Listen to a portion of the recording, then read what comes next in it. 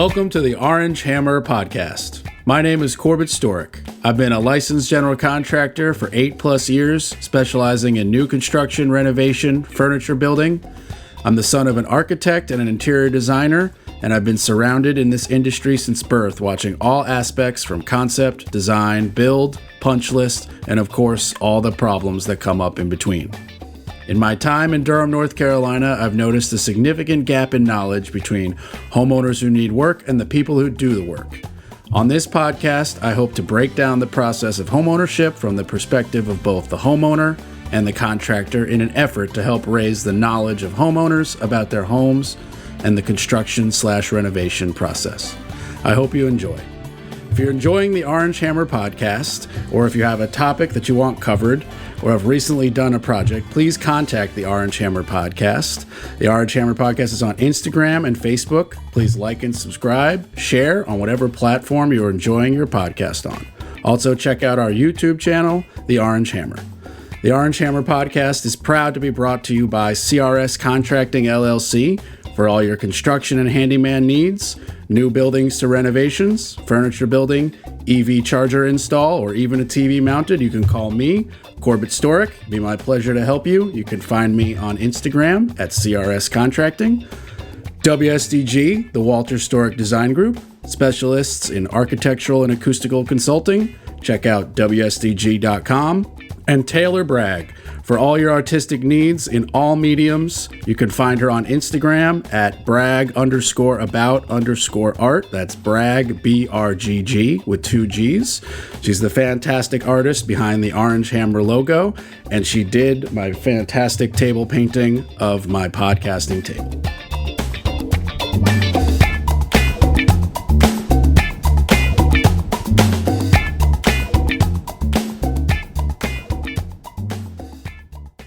The Orange Hammer Podcast is proud to be brought to you by Stacy Sloan with Keller Williams Elite Realty, proudly serving the Durham and Triangle area for 25 years. Call Stacy at 919-972-1180. The Orange Hammer Podcast is proud to be brought to you by Rachel Z with Rachel Z Real Estate Team Realty. From the Triangle to the Triad, call Rachel Z at 919-323-6068. All right, welcome everybody to another episode of the Orange Hammer Podcast. We are here today with Stephen Pait from, what's the name of your company? Yeah, it's Pait Home Inspections. It's Pait Home Inspections. Pait Inspections of North Carolina. We Pait Inspections. Residential and commercial, so gotcha. We kind of... And you answered the question right there. You're a home inspector, yep. Which is something I think a lot of people don't realize is pretty crucial, especially in the home buying and selling portion of real estate. Yep. For listeners, like when you go to buy a house, there are occasions where it's like, hey, I want the house. Here's the money. Have a great day. But that's the abnormal situation. The normal situation is you enter into a portion of due diligence, which is a fancy word for saying it's off the market to the public. Here's a deposit that says I want it, but we need to do some stuff. And so we're going to do that stuff inside the due diligence. And that stuff could be a home inspection such as yourself. A lot of people do like a radon inspection, a mold inspection that might be different than you. And then also based on that inspection, there could be a conversation where it's like, yeah, we still want it, but we'd like these 5 things repaired before we buy the house. And so that all occurs inside the due diligence. But we can obviously focus on what you do, which would be the home inspection side. So you mentioned residential and commercial. I'd love to know personally, what are the biggest differences when you're doing residential and commercial? Because I've done commercial builds, and there's, it's a slab in a strip mall, so there's no crawl space. There's really no attic. There's just that like foam, it used to be asbestos, but now it's not, tile ceiling system that's like a drop ceiling where all the lights are and stuff. So is it easier or harder, or is it just different? It's definitely different. Yeah, I mean, you never know what you're going to get with the commercial. I mean, there's so many different multi-use properties, and just depending on what they're using it for, it's going to be completely set up different. Every house is essentially the same whether it's 1,000 square feet or 10,000 square feet, and then they all have the same components. Commercial just going to vary so greatly. So there's definitely a big difference in that. We mostly do residential. That's kind of our bread and butter, but we have gotten into commercial recently and have started taking on those as well after doing the trainings that we needed for it. That perfectly leads to my next question about the training, or the licensing or whatever it is called. So like for me, it is a matter of like, okay, if you want to do jobs over $30,000, commercial or residential, you need a license. Mm-hmm. And so that, especially post-COVID with how more expensive some things have gotten, $30,000 is not a lot anymore when you're talking about a homeowner getting what they want and me making some money. Yes, it doesn't go very far. Right, because both things have to happen. Like, I'm not just going to do it for free. I'm not just going to not mark up the subs or take a profit or all those things. That has to happen. Yeah. So pre-COVID, $30,000 got you some, you could do big decks. You could do a bathroom. You could do a really, really good kitchen. Now you're approaching could we even do it / is the deck worth it at this small size? But I had to go get that license. I wanted to. That's what but so what's the licensing like to be a home inspector? Yeah. So, in North Carolina, at least, you could be a general contractor already. I was a contractor in Florida and my license didn't reciprocate here. So I still had to do basically from scratch as if anybody would. You basically have to do 120 hours of basically booked online information, basically learning and taking just like an e-course. Yeah, exactly. Most of them are e-course. There's some who offer probably some in person, but I just did all mine. Most of it, then just kind of go at your own pace. Like watch this video, do this multiple choice to make sure you were awake. Yep, exactly. The one I did, you had to write some essays at the end and send them in with like verbiage of how you would write it up in a report. So right. Like a mock report. Exactly. Oh, okay. Cool. Yep. And so 120 hours of that, and then you had to have 80 hours of field training where you essentially were in person following an inspector around, going through the motions they would every day. And then you have to, after all that's completed, then you have to sit for the exam, which wasn't easy. I've heard North Carolina is one of the most difficult one, and and it proved to be that. But that's essentially it. So the test for the GC has an 80% fail rate the first time through. Yeah. So I'm not sure if it's just maybe it's just the state of North Carolina's making all these tests a little bit harder. I'm not really sure. It could be. Yeah, it absolutely could be. Yeah. I don't know what the fail rate is for the home inspector. It's I don't think it's 80, but it's up there. I know it's pretty. Did you fail the first time? No, I didn't. Oh, nice. I didn't get as good as I had hoped I would, or I thought I would with my background, but I have no problem being completely honest to people who even hire me. I failed it twice. Well, it's so difficult. You guys, I assume it's open book here. So some of them are, or you get to bring some books. Okay. So like you get to bring in the law book and the actual code. Okay. But what people don't know is the code book is 4 inches thick. Yeah, exactly. And it takes arguably more time to look stuff up. So there's a whole class that I in fact took that just helps you mark up the code book with stickies. Yeah. So you can write on these little stickies like this is the decay section. And decay is actually the best example I use because for example, there's a question that's like, okay, how high does untreated or treated for that matter, how high does your siding have to be above the ground if it's X? Like X might be it's treated or it's untreated or whatever. And you might go, okay, I got to go into the code book and look up siding. So you go to the S and you go to siding. It's not there. You go to maybe ground distance. That's not a thing. You have to know that question is decay. And then you got to go find decay and find that code. Yep. So it's like, that's a whole skill that you have to know. So the open book part is not really an advantage. Yeah, when I took mine, I think I had like 7 books that I had to bring with me. Yeah. And, again, it's just trying to find where the heck they stuck it in those 7 books. If you mentioned you could be a GC, do you just go right to the test at that point? Yeah. Okay. Yeah. I'm not sure, actually, if you're a GC, I believe you still have to pass the exam, yeah. So you wouldn't have to do any of, you wouldn't have to do any of the pre-licensing stuff, but you would just go take the I mean, it kind of makes sense because, like, in theory, if you're a working GC, you're around the ins and outs of homes at all levels for literally your job. So, like, I get it. Like, yeah, I should have to take the test, but I know what an attic should look like. I'm in there all the time redoing houses. So it translates. It'd be different if I was just the plumber. Yeah. You know, I would assume he would want to go into being a plumbing inspector for like the county or something. That would make more sense. Yeah, absolutely. Yeah. And, having the construction background is definitely beneficial. But I was kind of glad mine didn't transfer over here because I did learn, stuff going through the pre-licensing and even the hands-on training. Well, that's good that it wasn't a waste here than it was in Florida. So learning the differences between the codes. Right, because I guess Florida, you've got,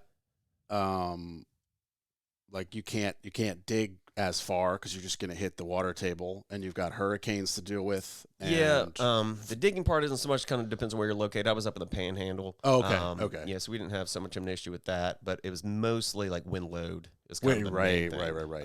The hurricanes are real. Dade code in Florida, so installing shingles is different. Foundation work's different. Tying all the structure to the foundation's different. Yeah. I mean, everything's from the footing to the top. To the top plate to the trusses, everything's tied to that footing in one way or another. The CMU, the foundation walls were all grout filled, so it was basically a solid concrete wall versus here it's all hollow. Yeah. Which kind of threw me off. They only do solid like the top couple of inches, exactly, basically, exactly, for the sill plate bolts. Yep. Exactly. Yeah, that could be.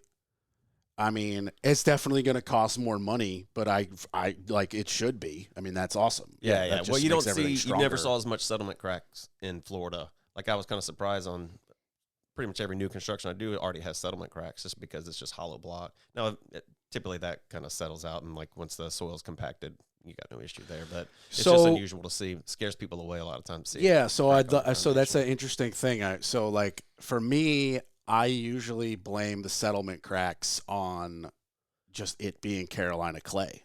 Mm-hmm. Like, I don't even really blame like a shoddy builder. Right. It's just like, this is the way it is here. Yep. But that's also bullshit as far as like an excuse to give a client. Like, oh, it's just the way it works in this state. You want to move or you want to build the house with settlement cracks? It's a little bit of both. It's definitely the type of soil here. We had really sandy soil, so it didn't compact, but we were required to compact our footings. I don't think I've been driven by a job site here where I've seen them have like a jumping jack or a plate compactor running through a footing. No, here. It's not required. Yeah, so we had to do that. So, that also helped with the settlement. Yeah. As well. So like when I build my house, I think I'm just going to truck in good soil. Okay. Like for the top, I'm going to scrape off. All right. I have a flat field that I'm going to build in. So I think I'm, if it seems like the smart thing to do with a bunch of experts I haven't consulted yet, and I have the funds, I'd love to. Obviously, I got to scrape off the grass, but then I'd love to just either truck in and make 2 feet of good soil or pot or gravel or both, or dig down and then truck in and just be doing footings out of soil I brought in that I would compact as if it was already there, but to put in some good solid soil that's not clay. Yeah. If we brought in too much soil, I can't remember the exact. I want to say if we brought in more than 6 inches, maybe 12 inches, then we had to have a soils test done, performed by a soil engineer, the compaction test essentially, before we were able to pour on there. So we'd have to basically, dig everything out, and they'd have to do a soils test on it to make sure it's, So if you were obviously, like, nobody could hold you to this, but like you inspect homes regularly and you've seen how they do it in Florida and you see how they do it here, what would you recommend to people trying to build who's building their new home, trying to avoid those settlement issues? I can only speak for how I would do it. I would do it how we did it in Florida. Of course. I would compact everything with a plate compactor at a minimum. And then I would grout fill every block. I know it costs extra concrete. Got to bring in a pump truck again, just more time and money. But just for the long-term stability of the house, I would do that. So, but your tract home builders and most of your home builders here aren't going to do that. Even your custom home builders, I mean, I assume they would. If that's something you wanted, you're definitely going to pay for it, but that's the route I would go.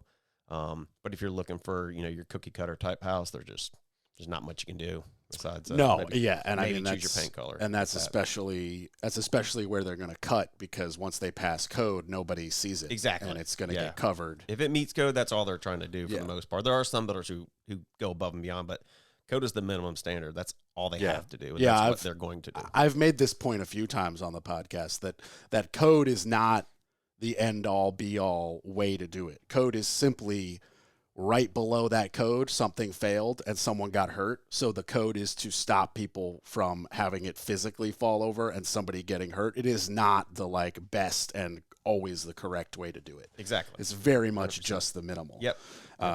Which when you think of that is code doesn't even matter. That's if that's the minimum, we should all be doing more than code. Yeah. Especially if you are doing it for yourself. Yes. Yeah. Code should not be your standard. Yeah, I agree. Yeah. 100%. But yeah, I mean that's an issue that I see. And I'm sure you see it more because you're in the guts more than I am. But it's an issue I see with a lot of new buildings and a lot of these larger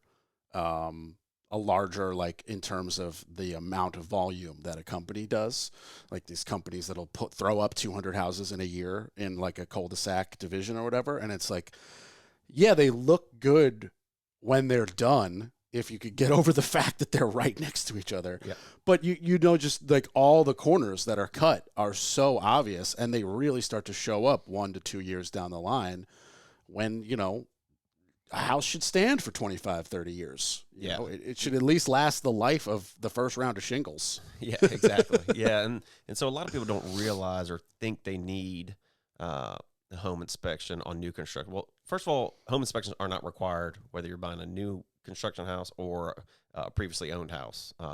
It's just, an option for people that, obviously I recommend one because I'm in the industry, but I also recommend it because it's just a smart thing to do. Even if you aren't negotiating repairs, just knowing what you're walking into. The house I did yesterday, the client is not negotiating anything, but they still wanted me to come out and look at everything, so they know what the heck they're getting into when they walk into the house. But especially for new construction, I mean, like you said, they just cut corners. It's not every builder. And it's not always on purpose. Sometimes it's an honest mistake, but it especially a day after that 1 year warranty, it's not their problem. Yeah. They're just trying to make it to that 1 year. After that, they're done with it. Yeah. Completely. Most will give it 10-year structural, I believe, but you're going to fight them tooth and nail for anything after that 1 year. But yeah, I mean, so we offer pre-drywall inspections. We come in before they put insulation in. It's basically after your mechanical's installed, plumbing, mechanical. Everything's framed up, dried in, coming in and inspect, make sure, there's no damaged trusses. Do you do that before they call for the city one or after? I mean, it's ideally after, but usually they're slinging insulation the day after the city inspector walks in. So, we want to wait as long as possible because we don't want them to make any alterations or whatever after we're there. Same with the city, they come in right before, when they're done with everything, so they don't drill something they're not supposed to drill. But look for truss hangers. I find that to be notoriously installed incorrectly, using the wrong fasteners. Or skipping fasteners. Or missing fasteners. Huge. Yeah. Or missing hangers. Yeah. I mean, you follow the That Ain't Right guy? Oh my God. There is this black dude. I think he's in Arizona. I don't actually know where he is, but he does what you do. He has his own inspection company, and his tagline is "That Ain't Right." So he'll just he'll be walking in and be like, "Look at this new construction." He'll be like, "Oh, I love these joist hangers. That's great. That's great. That's great. That's great." And then there'll be 4 joists with no hangers in a row, and he'll just flip the camera to his face, and he'll just be like, "And I liked this guy for a minute, but that ain't right." And it's just that's his thing at the end of every video. That ain't right. I need that to come ain't up right. with a tagline. I need to come up with something. I'm telling you, that's why I found it. It was just so entertaining, but also as somebody in the industry, I can agree. The average homeowner is I don't want to I don't want to like throw him under the bus because he's doing an incredible job. But how do I say this like correctly? The average homeowner can't agree with him because they don't have the knowledge to be like, oh, should that be there? Is that incorrect? Yeah. Whereas somebody like you and I watch these videos and we hit our heads like, how the hell did that person not put that in? Yeah. Like, that's really messed up. Yeah. Like, oh, that truss is cracked. Like, where are the metal brackets? Like, what is going on? Yeah. Like, or you know, every other hole in the joist hanger has a fastener. And it's like, no. Every hole. Yeah. Put it in every hole. There's not that many. Just do it. Yeah, like, exactly. What are we doing here? Like, come on. Yeah. Now some of the worst pre-draw walls I've done, or even new construction I've done, have been, you know, homes that are over $1 million. So it's just not the price point. You know, No. it's the same subs building a $300,000 house. That's as they're building the $1 million yeah. houses. So you're gonna a lot of get people same don't know quality. that either. Yeah. Yeah. Like the same, you know, if it were me, the same framer is going to build your your 1,000 square foot home with Home Depot finishes as is going to build your, you know, 4,500 square foot home with custom finishes. Like, it's the same dude with the same tools. Yeah. It's just a matter of you bought more stuff. Like, it's just more, but like framing it's the same framing. It's like, a bigger POS. it's just bigger, but it's the same, you know what I mean? So it's like, there, you know, I don't have like, oh, we're doing luxury, we need a different plumber. Like, no, we have the same plumber. Yeah, same dude. yeah. And well, they call everything. Yeah. You know, I was driving into a neighborhood. They're called custom homes, and you know, but there was like vinyl siding everywhere. I'm like, you know, this isn't custom. Yeah. You know, everybody just sees custom. Like, oh, this is gonna be a nice and fancy place, but you know, customs. Like, you get to choose your fixtures, you get to choose your siding color, you get to choose your windows, you get to choose, you know, your cabinets, and they're not particle board cabinets. You know, your solid wood cabinets. So the idea of custom has changed significantly. Well, it's just a matter of like nobody cares / checks / enforces advertising rules. Like, supposedly there's I guess it's the FCC, or I don't even know who like controls that, but they don't care. No, they're not doing it. So like, you see, you know, John Doe custom building, but in fact he has 4 house styles, and like you know, it costs $210 a square foot, but that doesn't include the finishes because it includes like the builder grade finishes, which are, let's be honest, this is not a smoke against builders. All builder grade finishes are garbage. Yeah. Like, it is just a fact. Like, they're, like you said, particle board cabinets, and FYI, the first leak, they're garbage. Yeah. They don't last unless you were there with a mop that day, that second. Formica countertops, one hot pan without a trivet underneath it, you have a circle for life, and it's not a redoable thing. You have to remove it. Yeah. And like, you know, fiberglass, everything in the plumbing department, Home Depot fixtures everywhere. And I don't care if it's the same Delta. It's not. Yeah. Like, There's that's difference. something people don't understand. Delta, like, let's use the local guys here, Ferguson's Plumbing Supply. The Delta there, it looks the same and it operates the same, but the difference is the internal mechanics. Yep. There's going to be, if something is plastic in the Home Depot, it's going to be either a better plastic or a metal inside. The flapper in the toilet will be of a higher grade plastic. The chain will be thicker. Like, and that just means, you know, you could get 10 years instead of 5 years before one of them breaks. And so, like, if you're doing a track home that you're going to sell and 1 year to the day your warranty's up, it's all going to be that garbage. Yeah. If you're building an actual custom home that where you and I are using the word correctly, you don't want to buy anything from Home Depot. Yeah. And I love Home Depot. This is not smoke against Home Depot. Like, in a candy store there. I love that. Yeah, Lowe's too. I don't have problems with these chains. Like, they are what they are. They are needed. Like, some people don't have the budget, but you need to understand what that means. Like, if you're building it for you, for your like extended life, you need to think about how you really do have the budget, because buying it twice in 5 years is more expensive than buying it once in 10 years. Like, that's just a fact, even if it's a little bit more expensive the first time. And then you got to think about, like, okay, Are you the person who can swap out a faucet yourself? Or do you now have to give a plumber $200 just to show up to swap out this part because it was a little cheaper at Home Depot? Yeah. You start to think about that just a tiny little bit, and it starts to really be like, oh, okay, wait a minute. Maybe I should just spend $200 extra now for 3 better faucets. Yeah. Because the plumber's going to put them in day one, and I won't have to think about it for 10 years. Yeah, exactly. And another thing that really surprised me about a lot of the builders here, they're still putting on 3 tabs shingles, which we basically, like, you would never see that anywhere in Florida. We never put them on. Like, even our distributor, like, it's like we never sell 3 tabs. Nobody ever buys them. I mean, the price difference, at least when I was building, so I haven't been, since 2018, I've been here, so I haven't built really this. I haven't done any price shopping, but, you know, you still see 3 tabs going on, and they're such inferior product to a dimensional shingle, to me, at least. They're so much thinner. You're not going to get as much lifetime out of them. You know, nail pops will come through so much easier. They don't look as nice. They still have that 25-year shelf life, though. Well, you'll get 15 to 20 out of it. I mean, they give you the 25-year warranty or whatever it is, but it never lasts that long. And, you know, by the time you're at year 20, your warranty, they'll give you $100, you know, but then it's got to be installed correctly. There's so many things that have to have been done. You know, was the proper underlayment installed? Was you know, drip edge installed? Maybe the manufacturer said they need to put drip edge in. They don't do that here in North Carolina, or at least in Wake County area. You know, so I make my guys put on drip edge, but I just assumed it's the way to go. Well, it is the way to go. Yeah. Yeah.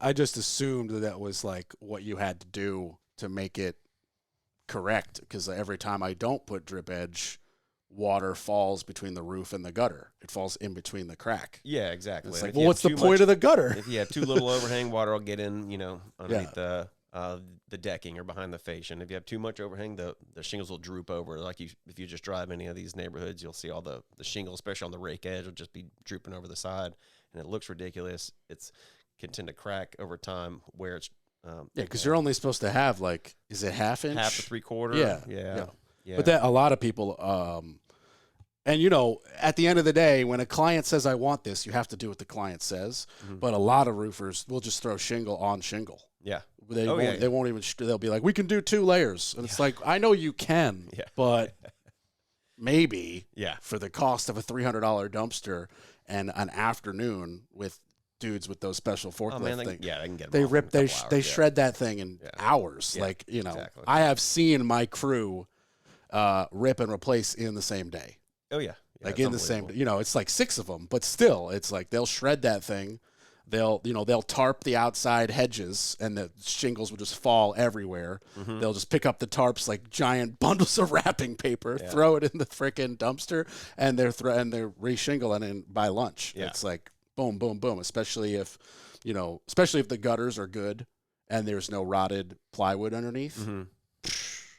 What does a bundle of shingles cost? So when I was buying, I think a 3 tab was like $75 a square and like $95 for a dimensional. Couldn't even tell you. Okay. I know what roofs cost as a whole, but I have no clue. So you know, I was thinking for the price of $25 a square. I mean, you're looking at a couple $100 a roof, at least when back in Florida when we were doing it. As far as price difference, I don't know what the builders probably double the price here. I don't know. I can't say for sure, but because they're considering it such a luxury to have dimensional shingles versus the 3 tab. I'm just curious, like. I was just curious what it would cost to. For me, if anybody's even remotely open to a discussion, I just steer them to metal, completely away from shingle. Yeah, I just don't even think. To me, it's like you get color options, you get 50 years instead of 25 years, and I think it looks better. That's a personal decision, but I know it lasts more. Yeah, like I know. I'm like, you will simply not have a problem. And if you have a problem, it was actually installed incorrectly, and my guy will come fix it. Yeah. Because anything inside of it, you know, especially the first 20 years, should not be a problem. Yeah. You know, it's like, and I'm personally the biggest fan of standing seam. Because they're the only one that I'm aware of. I could be wrong, or there could have since been some new developments. But last I looked into it, they're the only roof that you can do solar with no holes, because they make a clip system that will attach to that raised fin. Unlike, say, shingle, where they've got to like slide that thing under and you still have to get screws and they seal it and they guarantee it and all that. But like at the end of the day, a guarantee is only as good as the people who put it in. And, you know, they could use the right sealant and they got, you know, one that was left out in the heat too much from the manufacturer and it cracks in 5 years instead of 10 years and you have a small drip. Whereas if you do a metal standing seam, it's not going to leak. And then they have like a clamp system. So it's like clamp to the seam, rod to the clamp, panel to the rod, no penetrations. Oh, yeah, I wasn't aware of that. So for me personally, if you have a roof that faces the right direction and you're at all considering a roof replacement, you should go standing seam just for the potential of like you could now do solar with no roof holes and like you're ready to rock. Yeah. So like, you know, but also for me, I'm confused why like you're allowed to even face roofs other directions. Like they should all be facing south. It should be a rule that they're ready for solar for the future. It's clearly the way things are going. So the fact that like it should just be like building code. Like you must face a roof south, like or have enough square footage of your roof facing south. Yeah. Like how that's not a rule, I don't understand. But yeah, that's a different one, especially in Florida where you just have more sun than average, and I mean, it should just be required. Like it just that would make sense. That would make sense for sure. Primarily, what were you building in Florida? I was mostly just doing renovations, additions. Okay, you know, kitchen remodels, garages, bathroom remodels. That's mostly it. We did a little bit of new construction. The contractor that I worked for was mostly doing the same thing, additions, renovations. But the few new constructions we did were 100% custom, like, you know, very unique builds that were, so they're fun to work on. And we did a little bit of everything. I mean, we were basically, we would dig the footings. We laid a lot of block. We did have masons that did that too, you know, but we did anything and everything. Installed shingles, did the framing, hung sheetrock, trim, doors, flooring, tile. So I was able to get my hands on all of that versus just framing every single day or just hanging sheetrock every day. So I got to learn a little bit about each trade. Didn't know a ton about electric because electricians doing that stuff. Same with HVAC and plumbing. We just, you know, had our subs doing all that kind of stuff. But it was nice to be able to get my hands on each thing, so I at least have a little bit of knowledge about each aspect of the build versus, you know, just, you know, one specific area of it. So so I enjoyed doing it. You know, after doing it for, I started in 2006, so I did it for about 12 years. Was licensed for about 7 years or so, and then just kind of got burnt out on it. When we moved here, I wanted to shut my business down, my construction business down, and kind of transition straight into home inspections when we got here. What led to the move here? Just a change of scenery. You know, I grew up in the area, and we were just you're from here originally? No, I grew up in Pensacola. Oh, okay. And I lived there my entire life, so I was just kind of ready for a change. So how'd you pick Durham or Raleigh? Where you're not in Durham, you're in Wake Forest, I live in Youngsville, so Wake Forest area. My backyard basically is the Wake County line, essentially. Gotcha. My wife was getting a promotion, and they said it's going to be Virginia or North Carolina. Go try and find a place you like, and we went to a few places, none of them being Raleigh, and they said, well, we're sticking you in Raleigh, and so that's kind of how we ended up here. Hey, there's nothing wrong with that story. I'm curious. You know, people find it all kinds of ways. I had nowhere to go and nothing to look at, and my brother lived here, and I visited him in college, and was like, "Yeah, this is awesome. This is cool." I'm from like a nowhere town with one stop sign and a pizza place. Yeah, like Bumsville, upstate New York, tiny little town. Which like as an adult, I'm like, it's the best. As a kid, I was like, this is awful. Yeah. There is nothing to do. There's nowhere to go. I have no neighbors to play with. Like it was bad. But as an adult, I'm like, yes, let's go back to the family house in New York and just be in the woods and look at the trees. Get away from everybody. It's so funny how it changes, you know? Yeah. But yeah, I came here to visit him and I was like, this is just regular life. This isn't fancy. He was like, no, this is absolutely Tuesday. This is just Tuesday. Like we went to a Bulls game and got barbecue and just walked around Durham and all that. And I was like, okay, I'm in. Like, done. Yeah, we love it here. Yeah. Yeah. There's so much to do. You're so close to the beach. You're so close to the mountains, and there's always something to do during the week. Whether There's always something to do. Yeah. hockey, baseball, Exactly. soccer. Yeah. You know, And then, and I think RDU is like an underrated airport. Like it really is the ease of going through there and the locations you can get to. Like I said, I'm from Bumsville, so like we had an airport 20 minutes away, but it was Stewart International and had no flights. It was really just an Air Force base. It was Stewart Air Force Base that happened to have a real airport. Yeah. But it was like 0 flights. Terror. Like we were yeah. like, okay, if we're going to Newark or if we're going to Stewart, we basically are just saving the drive to Newark. Flying from Newark to New Jersey. It's like we could just drive to Newark. It's only an hour. Yeah, RDU is easy to navigate. Yeah, for sure. And it just it's got a tremendous just ease, especially for how much international travel you can do. Yeah, yeah, absolutely. So, was it always the thought when you were in construction that you would get into the inspection world, or was it like kind of just like, okay, I'm burnt out on this, but I have some knowledge. Where else can I apply it? Yeah, that's kind of where it was. I think what's going to be the easiest thing for me to get started, get a new business started without just starting from zero, having to learn everything new. And I had a friend back in Florida who essentially kind of did the same thing. He wasn't a licensed contractor, but we worked for the same contractor, and he transitioned over to doing home inspections for a few years. And so I was chatting with him about it and followed him along on one of his inspections right before we moved. And he's like, you should do it. It's right up your alley. You already have most of the knowledge. And he enjoyed it, and so I was like, yeah, that's the simplest thing for me to do to move up here. And I did a little bit of handyman work while I was studying for my tests and stuff and getting my pre-licensing stuff done. But as soon as I got licensed, I cut that out because, like I said, one of my least favorite things about doing construction is when you're done and you're ready to leave, you have 30 minutes to clean up, to put tools away and stuff, so I'm glad home inspection, when I'm done, I just get out of there. And, and you're not chasing subs, and you're not chasing materials, and you're not chasing employees, and you don't even really have to chase homeowners. You don't have to chase homeowners. Yeah. I mean, it's the amount of, I still have a lot of paperwork and behind the scenes stuff that I do. And, the reports are not my favorite thing. They take forever to do. But it's much better. I prefer it over contracting for sure. Yeah. I mean, the reports that you guys give out, I know they're required and there's nothing in there that shouldn't be, but damn if they're not obnoxiously long. Oh, it's yeah. like 180 pages later. Yeah. They're, even if I tell people, even if I have one defect, you're going to get a 40-page report. That's just, the state requires us to put so much stuff in the report as it is. So like, even if you have nothing wrong with your house, you're going to get 40 pages. Right. But there's no such thing as a house with nothing wrong with it. Yeah. That doesn't exist.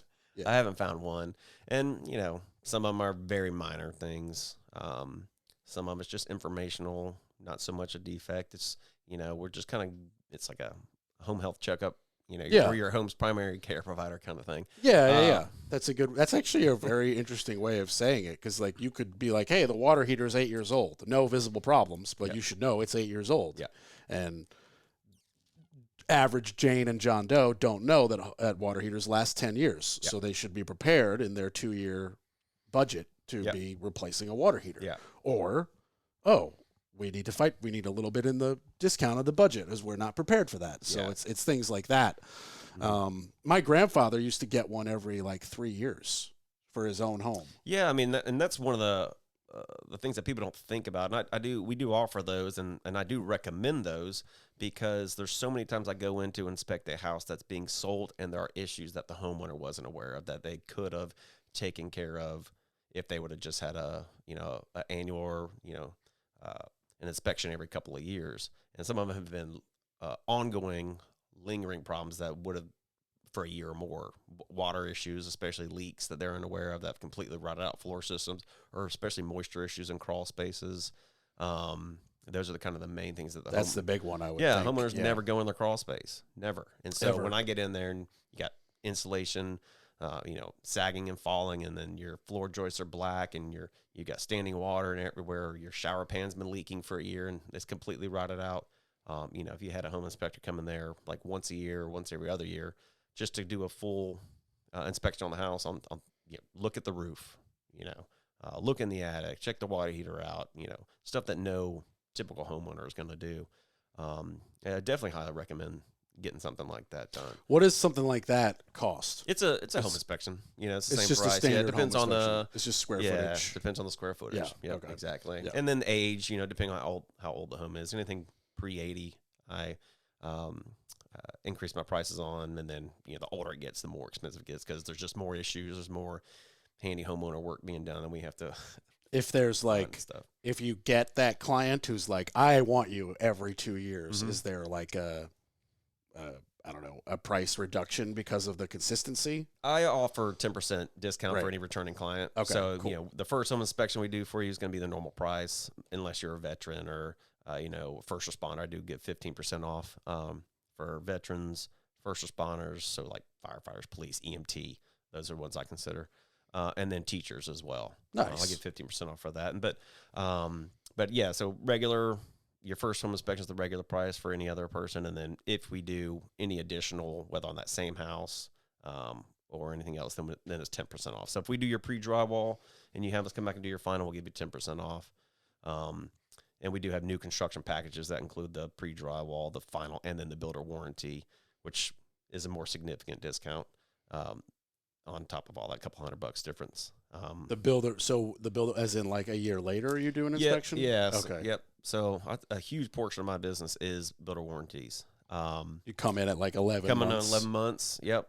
What can we find that's either, if they didn't get an inspection done at closing, a lot of people don't. They say it's new and we don't need it, but we'll get at the 1 year mark, come in and God, document any that's issues. so silly. It's new. We don't need an inspection. Yeah. That's so silly. Yeah. Ugh.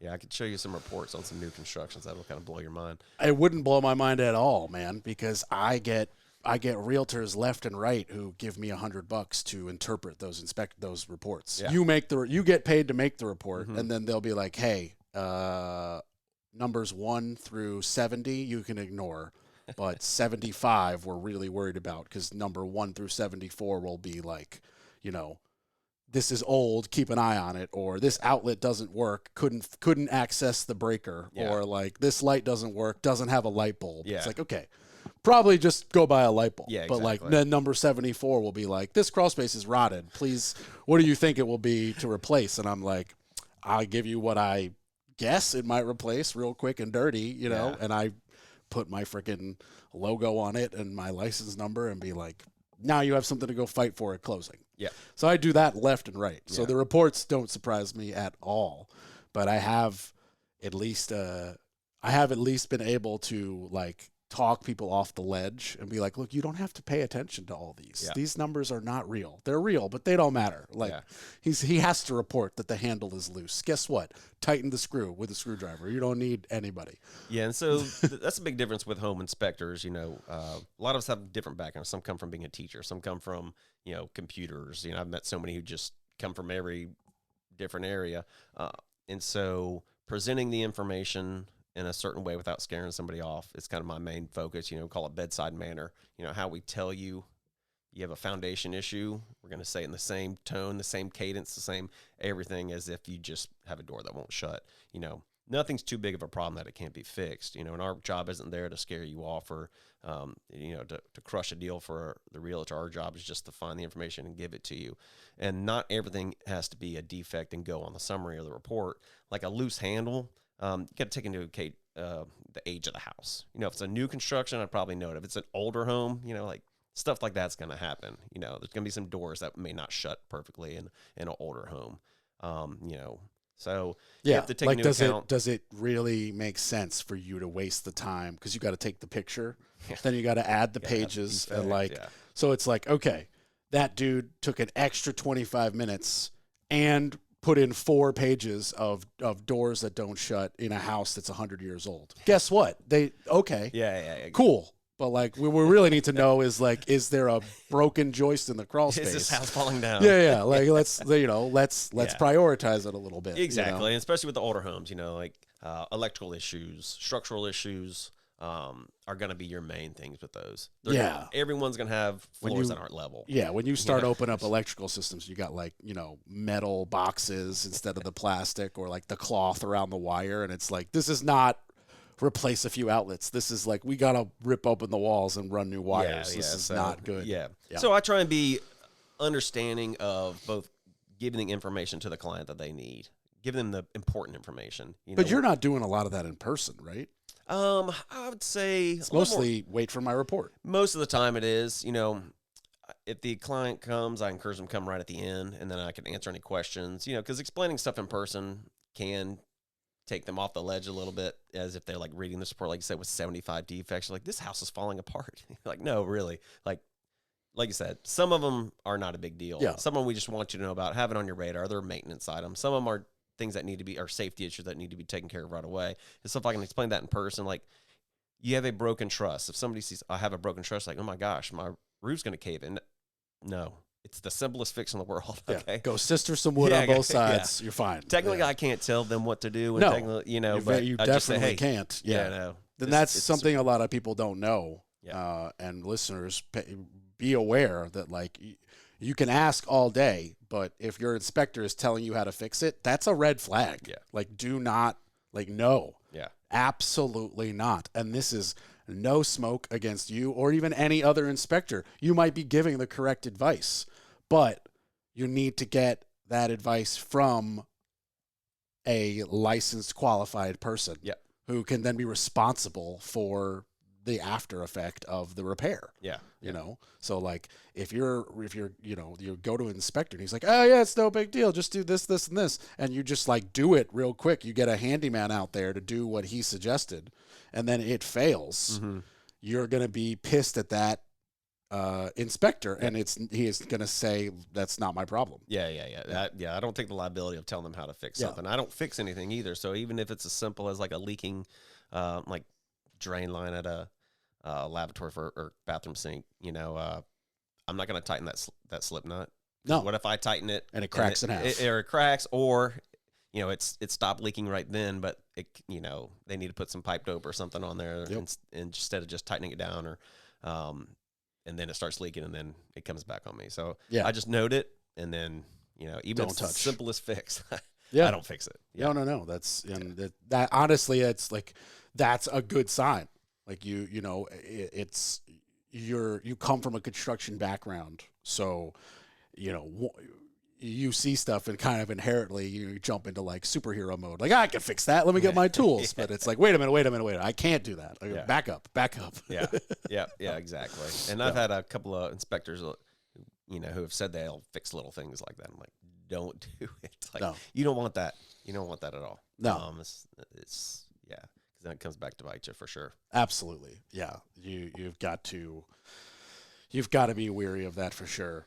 Yeah. But it still just kind of baffles my mind how many new construction people skip it, and then you go back in for that 11-month warranty inspection, and it's like, we could have just caught all this. Yeah. And I'm sure it's a bigger problem then, especially stuff in the leak and moisture department. Yeah, exactly. So what I find mostly on new construction are gas leaks, surprisingly, roof issues. That's kind of terrifying. Roofing. Yeah, it is terrifying.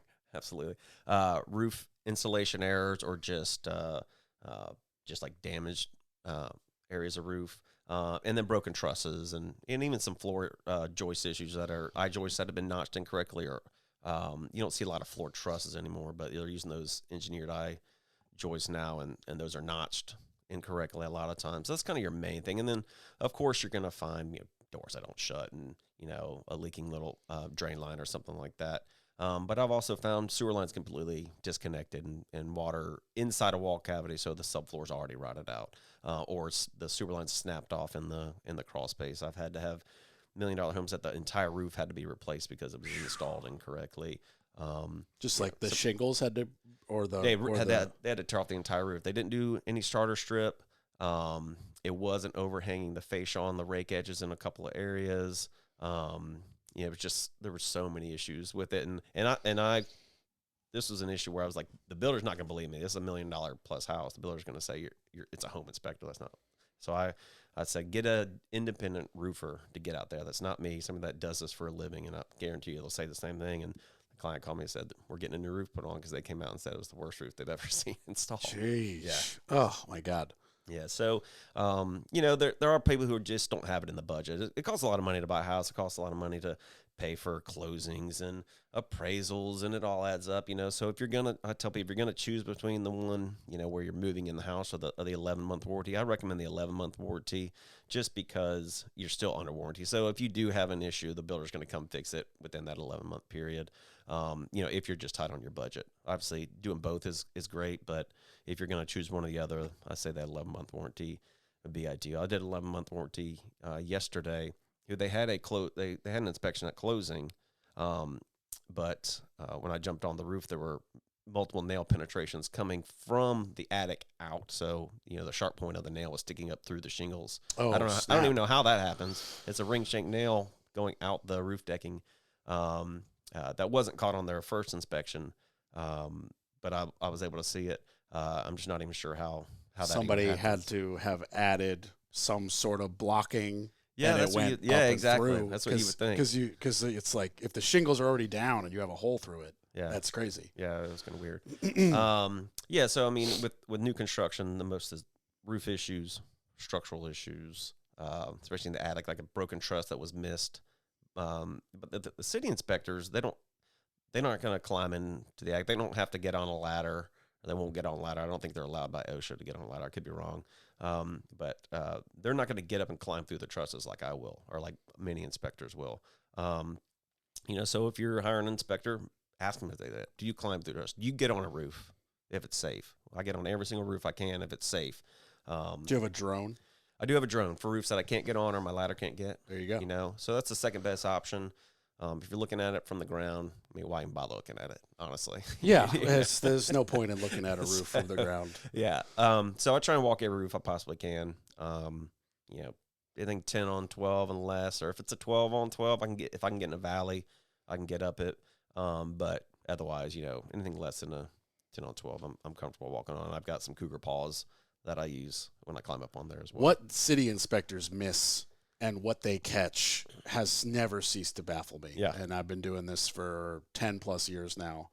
And it's like the things that I am like, that's probably not going to pass. And then it will pass. I'm like, what is going on? And then like my plumbing will fail for something so like technically not incorrect. Like it's a gray area of how you interpret the wording. And my two plumbers will be like, no, this is fine. And the inspector will be some greenie who wants to prove a point and, prove that he has, a bigger whatever. Yeah. And it's like, okay, man, like, sure. Turn it 90 degrees, shut him up. Like, I don't know what else to say. Yeah. And it's like, it is so confusing to me. I am helping this lady, Kim. I think she's already agreed to be a podcast guest just because it's so insane what's happening. But she has had to remove all of the sheetrock and all of the insulation from her house. And when you get rid of all of that, you start looking around at stuff. And it's like there's a beam for the garage that is so incorrect that it has to be beefed up so much that the garage door will no longer function. So they have to just encapsulate the garage. It's now going to be the kitchen. All 3 of the bathroom pans were leaking and had to just be ripped out completely.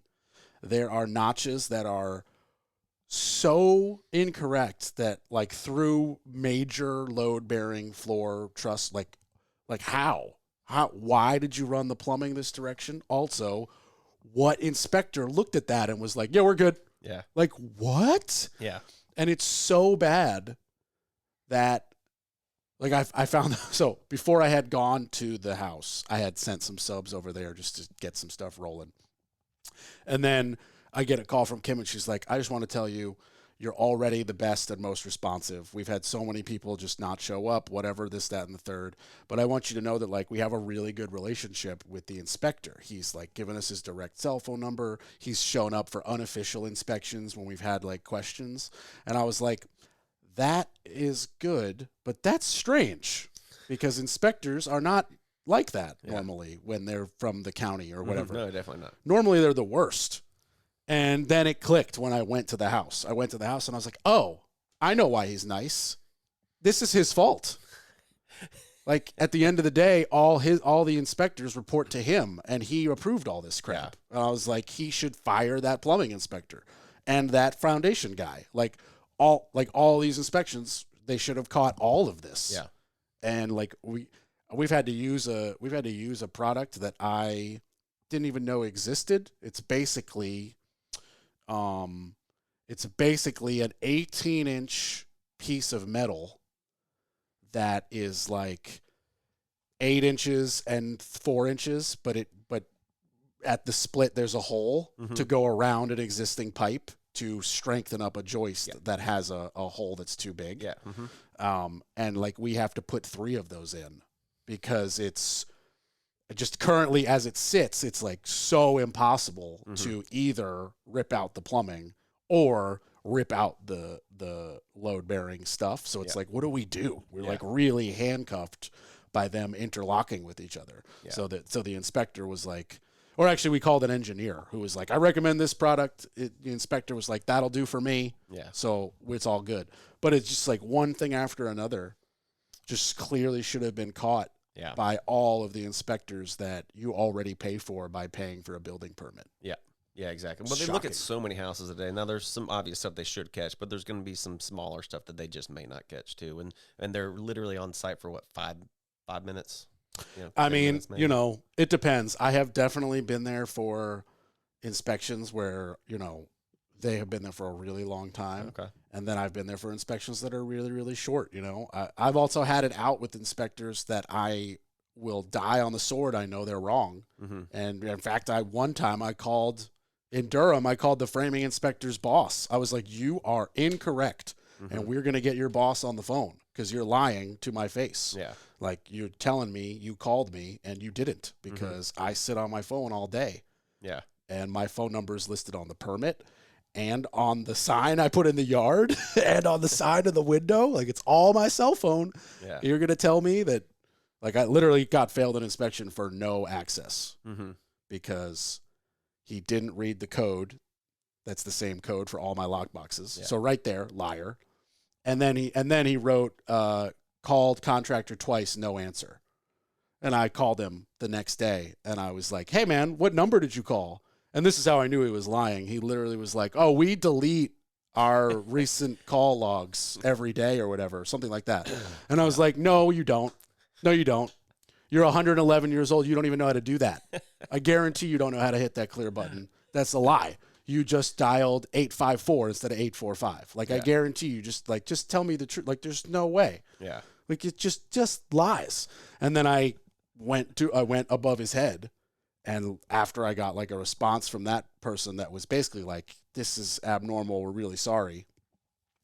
And I got a call from like the same inspector came back to me, and I was like, and I went there. I stood there all morning, and he showed up, and he was like, so you're the one who called my boss. And I'm like, you're the one who lied to my face. Didn't go off very well. It was not a great start. You don't want to piss off inspectors. Oh, I pissed him off. Yeah, most of them are do a good job, but it's just like any profession. You're going to have some that are good, and some just are terrible, whether it's a contractor or an inspector, home inspector, a teacher, or whatever it is. You're going to have those that are just... He realized, though, I got to admit, though, like, he turned it around pretty quickly because, in his defense, he doesn't know who I am, the quality that I do. Like, I could be trying to get to that 1 year warranty and just shove this house off. Yeah. But once he realized that, like, I'm the owner of the house that's going to keep this house and rent this house out for 10 years and be the one who has to maintain it if something breaks. And you can tell by how overbuilt all the framing is. Everything kind of changed. And he was like, oh, okay, this is a little bit different. I literally just need you to patch that one thing. And if you text me in an hour, I'll just wait.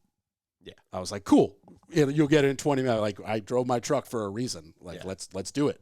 So, that ended up being okay. But, he cost me a week. In this particular instance, he cost me a week by waiting a week to put it in the computer for me to see online that it failed. And like literally he failed me for quote, no access when I gave him my cell phone and the code to the lockbox. So I was like, bro, it's a week. I could have been insulated, inspected, and sheetrocking, and you just like that. It pissed me off. Yeah, it was not cool. But then I've had some other Durham inspectors who walk in and they're like, "Oh, I'm here for an insulation inspection. You spray foamed. You have the paperwork?" I'll be like, "Yeah, it's in the box from the spray foam company." And they'll be like, "Cool." And they'll take the paperwork with them and just be like, "Have a good one." Like, that's all I needed to know, because it could be that simple. If you're actually spray foaming the whole house, it's the easiest inspection you've ever done. Yeah. Especially, I think the code recently changed, but like 5 years ago, you didn't even have to fire seal if you were spray foaming. Yeah. Because now I think you still have to do it. But for a couple of years there, they were like, the spray foam is good enough that you don't have to fire seal little penetrations. And I remember failing a couple of framing inspections for not having the fire seal, and me having to write in and be like, "Hey, we're actually spray foaming," and they'd be like, "Oh, you're good then. We'll just change that in the computer. Go ahead." Okay. And they were like, you should have let us know. I was like, "Actually, I did write it in the notes. You just refused to read the notes section. Why do you have the option? Nobody reads the damn notes." Like, it's so ridiculous. Yeah, it's a crucial piece of information. Yeah. Well, like I said, they're looking at 50 houses a day. So they get through them. Yeah, it's true. I always thought I'd be very good at that job, of just being like, okay, what are we really paying attention to? Yeah. And not every inspection should operate under the same parameters, but there is something to be said about who you're inspecting. Oh, yeah. Like, I don't want special treatment, but the way you inspect my house that I'm building for me, that I'm going to have to maintain, should be a little bit more lenient than the person who's just like, "I'm a track builder, a year and a day at the inspection. I don't give a crap about this. I'm building my profit margin based on decimals. I don't care about anything else." Yeah. It's like, they don't put blocking for the shower rod. I do, because I put in the shower rod when it's done. Yeah. And if it breaks, I got to go buy a new one and put it in at cost to me. Yeah. So there's just like a different level of care, but you can't change your inspection process. Yeah, we had an inspector in Florida. His name was Mr. Hale. We always called him Mr. Fail, because we were always, and we did things similar to how it sounds like you do it. Did it above and beyond what we needed to do, but he would nick you for the smallest thing. Like, if your stair grass bowl handrail was like a ½ inch short of that bottom nosing or something, he would like come put a level on it, and you're like, "Are you serious?" I mean, it's like a quarter of an inch off. And he's like, "Got a chain?" I'm like, "Oh my gosh!" All right, but really good guy, but just really a stickler for the code. And I bet he never had a lawsuit though. Probably not, because he was that big of a stickler. I've had stuff where it's really like, really, man, really. Like, I got failed once for quote, small trash in crawl space. The electrician swept up his pile of trimmed wires and just left them there by accident, and could see this much daylight, like a tiny little at the door insulation, whatever it's called. And like, I happened to be there. This is a final inspection, and I happened to be there. And I'm like, "Are we good?" He's like, "No, I had to fail you." I was like, "Oh, who do I got to call? What'd you do now? What do I do now?" And he's like, "You got to get someone to clean out the crawl space, and you got to adjust the thing." And I was like, "Crawl space?" I was like, "That's, the plastic's new." He was like, "No, there's a little pile of trash by the door." And I was like, "Okay." And I opened the back door of my truck, and I started putting on gloves. And he's like, "Oh, are you going to do it?" I was like, "Yeah, I'm going to do it right now." And he's like, "I don't have to come back out here." I was like, "If you're going to do it right now, like, I'll like go do it." I was like, "I'm literally going to go pick up the trash, and I will pull out the thing or add some whatever I got to do." He was like, "Okay, cool. Like, yeah. I don't have to drive back out here." Well, it's good to have some that are like that. I mean, yeah, and I mean, that's if it was a cracked truss, he probably would not be okay with that. Yeah. But then again, I had like, you walked up and down them and there was no movement, but I had a stair off a new stair off a new deck. Newest house had just finished, and physically there was no bounce or anything, but when you looked under, there was a stinger that had a crack. It wasn't like open yet, but you could see the crack. Yeah. And I was like, and he failed me for it. But he said, "Look, this is a clear one where you don't have to rip apart your entire staircase. Cut 2 new stingers and sandwich that in with screws and add screws both directions and down through your treads, and you'll be fine. And he was like, if you do exactly that and send me 2 pictures, we'll be fine. Yeah. And I was like, cool. And he was like, it's going to stay failed, but do that, send me a picture, and I'll switch it in the computer that day. Yeah. Like, I don't have to come back out here. Everything else looks fine. Yeah. So, you know, there are, you know, some dudes who at least be like, okay, I've been watching this house go up from day one, and it's been perfect. So let's not like break your balls, but I need it fixed. Yeah, they start to realize who does good work and who does. And Mr. Hale, he had us remodel a bathroom at his house. Because he knew you guys were doing quality work. Right. Yeah, exactly. And he knew you'd fix it because he had probably made you fix some stuff before, and you guys just made it right. Yep. So exactly. Yeah.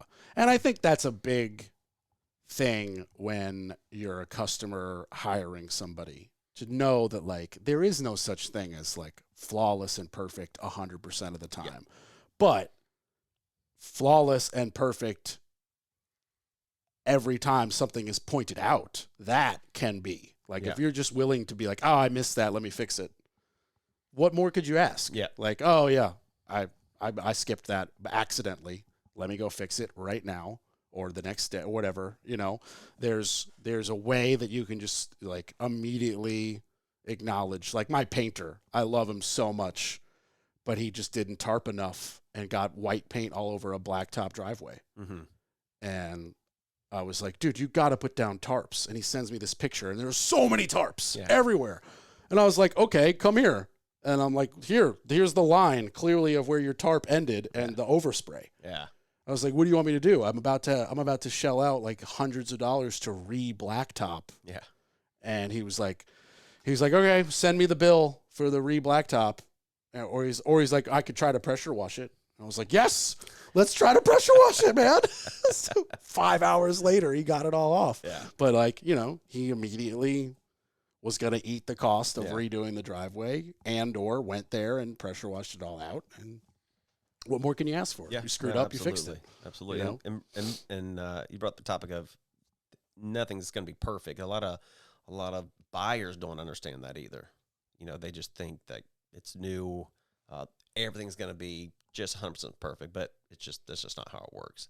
You know, things are going to happen, and things are within tolerances as well for construction. You know, there's just some people are just kind of unrealistic. You know, you walk in and it looks like somebody shot up the house with blue tape. Oh my God. Just went off and I'll pull up a piece of tape. I'm like, I don't even know what they're marking. Like I can't see any defect here whatsoever, but you know, they walk around with their flashlights and stuff. I'd say most are realistic and have legitimate concerns, you know, but there are quite a few who I run across, and I'm just like, that's outside of my scope, you know, but feel free to tell the builder that, you know, if you're concerned with the paint texture here, you know, yeah, feel free to tell the builder.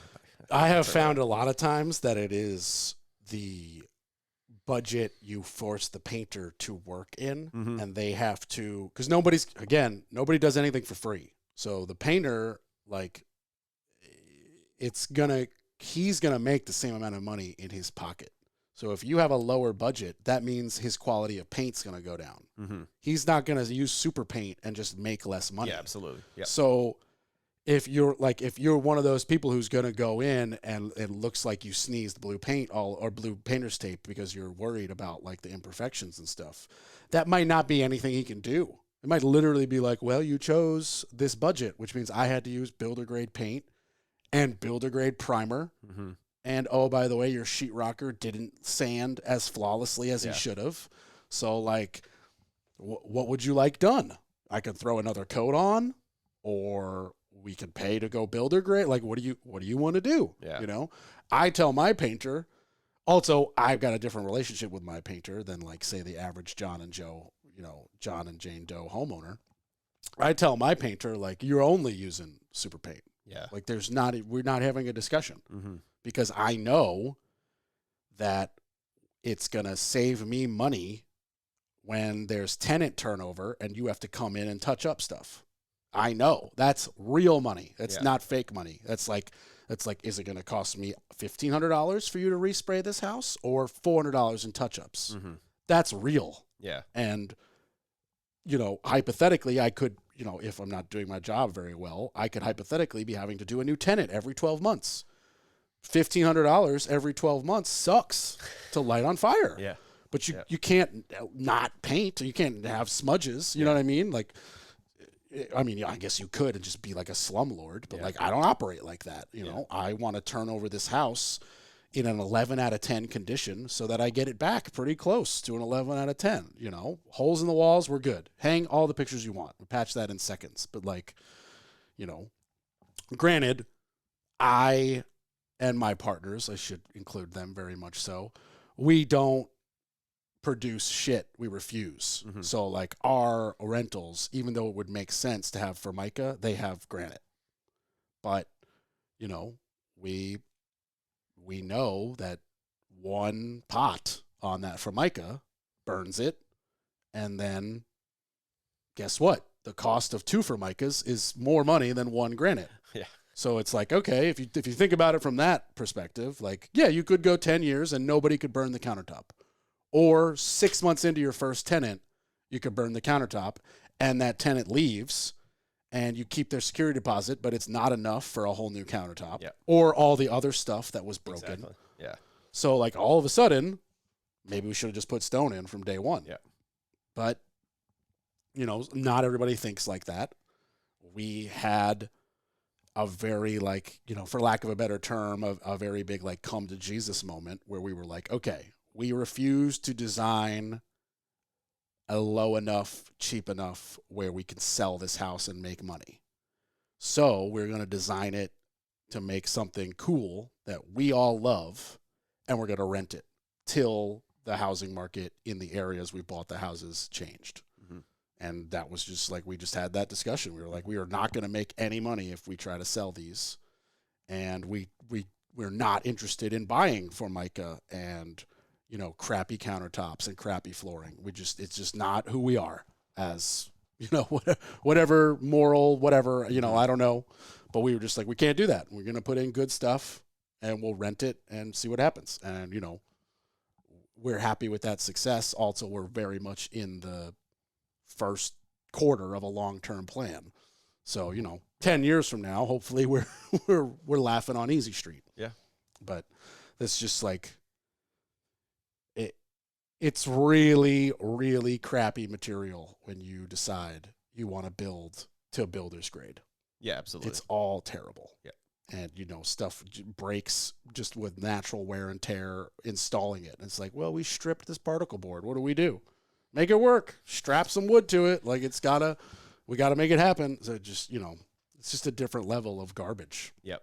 Absolutely. It really affects. Some people get, with the way the market is now, some people just have to get into a house. They can't afford anything, any bells and whistles or anything but above builder grade. It's just kind of unfortunate. So as your first time home buyers, I can't even imagine trying to buy my first house right now in this market.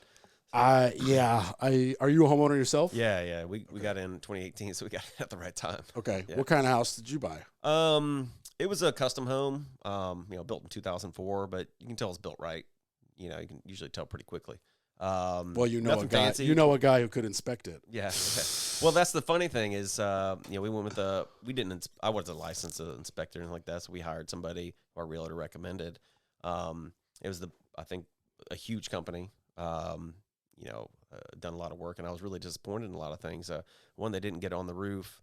And as soon as we moved in, I saw a stain on the ceiling, and so I jumped up on there, and one of my neoprene boots was completely rotted out. I'm like, I have basically a 4-on-12 on the back porch of my house. They could have just stuck a ladder on and then popped their head up, and the vent stack was 2 feet from the eave, and they could have easily seen it, with just a little bit of effort, even if they had droned it. So, they had a warranty, so I called them, and I was going to have to pay like the first $500 for the warranty to kick in. I'm like, well, I can fix it for $15.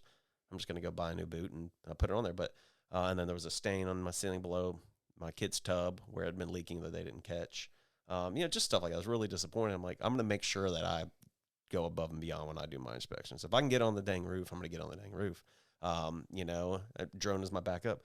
But So I was disappointed in a lot of the stuff that, with how that went. So I just kind of like said to myself, I'm gonna go above and beyond than what I think most inspectors will do, and that's kind of what's given me my success, I think. So. Have you done any work to your house other than the small maintenance you just mentioned? God. My to-do list is insane. So we first redid the upstairs while I was studying and taking my pre-licensing. Just we redid the carpet, painted, and did all the trim and stuff like that. And then did you do all that yourself? Yeah, or did you no. I mean, I did all the painting and the sheetrock work and the trim work and everything. I had some carpet guy come in and put in the carpet. I don't do carpet. We have added a pool, so I built the pool. I subbed out, the electrical, subbed out the concrete work, but I did all the excavating and digging out and setting the walls. We did the steel frame with a vinyl liner, so I did all the excavating. I built the retaining walls, like the Great Wall of Youngsville. It's insane how long it is. It took me forever. And then how did you find your subs? Because you're new here. Your Florida people are not just gonna asking come a lot up. of people. Asking my plumber, hey, do you know anybody who does pool stuff? And he's like, well, I don't do pool plumbing, but here's somebody that does. And so I just contact them. And I had an electrician that I met through. He had gotten my name from a client I did an inspection for, and he called me up and invited me to his B&I group. And so I kind of met him through that. And so I did all the bonding of the panels, but he came and actually ran the electric for the lights and for the pool pump and all that stuff. So did all that, built a huge fence out back, and just remodel our kitchen and laundry room and stuff. And I do probably 90% of all the work myself. Built the cabinets and you built your own cabinets? Yeah, I redid the electric in Nice. the kitchen, and not a lot of people would tackle building their own cabinets. That kind of stuff I enjoy doing. It's tough to with my full-time job, and I coach my son's soccer team, and so we have practice 2 nights a week. My daughter he has practice 3 nights a week, and then games on the weekend. So I have very little time to get it done. So it takes me a lot longer to do than it should, and my wife will tell you that. But it's something I enjoy doing. Plus, when I go to get prices on stuff, I'm like, I can't wrap my brain around how it costs me that much to have something done. I mean, a finished cabinet's like $400 to $500. I went to we were just going to reface the cabinets and put new doors and drawer fronts on there, just shaker style. They were going to be painted. I was going to paint them. I didn't need the cabinet maker to paint them, so it was like 12 doors and 7 drawer fronts. It wasn't much, and it was like almost $3,000. And I'm like, I don't want them stained. I don't want them. You don't need to do anything but make them. And I'm like, I'm not spending $3,000 on just a couple of door fronts. And so, long story short, we ended up remodeling, gutting the kitchen, and changing the floor plan. That's an insane number. Yeah.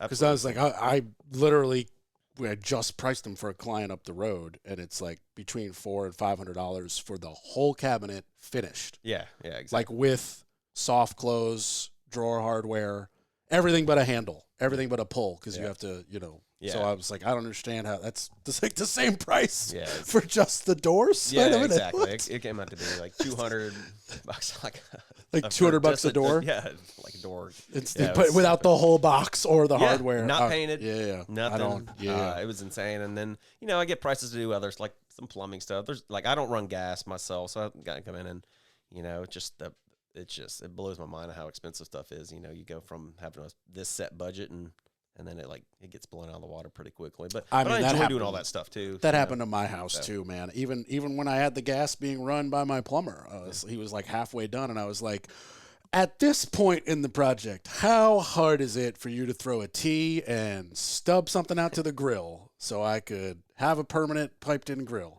And he was like, very easy. I was like, cool, let's add that. Let's add that. Yeah, we're gonna add that. Oh, how hard is it to switch the fireplace over to the same gas? Very easy. I was like, cool, let's do that. Like, I just didn't realize, till I was in the middle of the project, I was like, shit, I've got him here. Might as well take advantage of the fact that he brought the, pipe threading machine out and, set that thing up. I got all solid screw pipe in I'm fortunate though that my plumber gave me the wholesale price, and also my crawl space is so big he needed a 3-foot ladder to screw pipes to the joists. Yeah. My crawl space is tall. Yeah. Even though it's not finished out. So it's very easy for him to get in there and work. The labor was lower than actually crawl in a crawl space to attach all makes it these much pipes. better for sure. Yeah. But that's not, everyone doesn't have that luxury. Yeah. Yeah. So I don't do the gas.